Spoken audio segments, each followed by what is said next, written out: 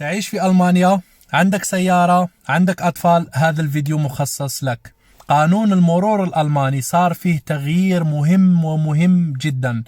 إذا خالفت قانون المرور فيما يخص سلامة الأطفال، يعني الكيندازاتس، يعني أنت مجلس طفل من أمام من غير كيندازاتس أو من وراء من غير كيندازاتس، مع المعلوم أنه الأطفال اللي يحق لهم يجلسوا من الأمام الأطفال اللي فيهم متر ونصف أو أكثر من 12 سنة، يحق لهم الجلوس في الأمام بالكرسي تبع الكيندازاتس أو من غير.